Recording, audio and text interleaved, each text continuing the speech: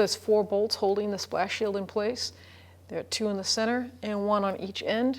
This one is crushed, that's why we're replacing it. So this one's missing and the part's missing over there, but 10mm socket, and we'll just reverse it right out.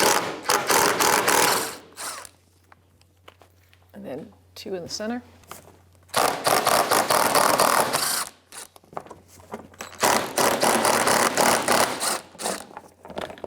So bring the new splash shield up, line up the bolt holes, and then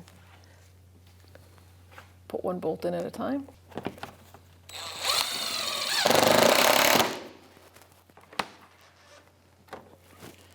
Like I said, there's 4 bolts total. Just put them in place.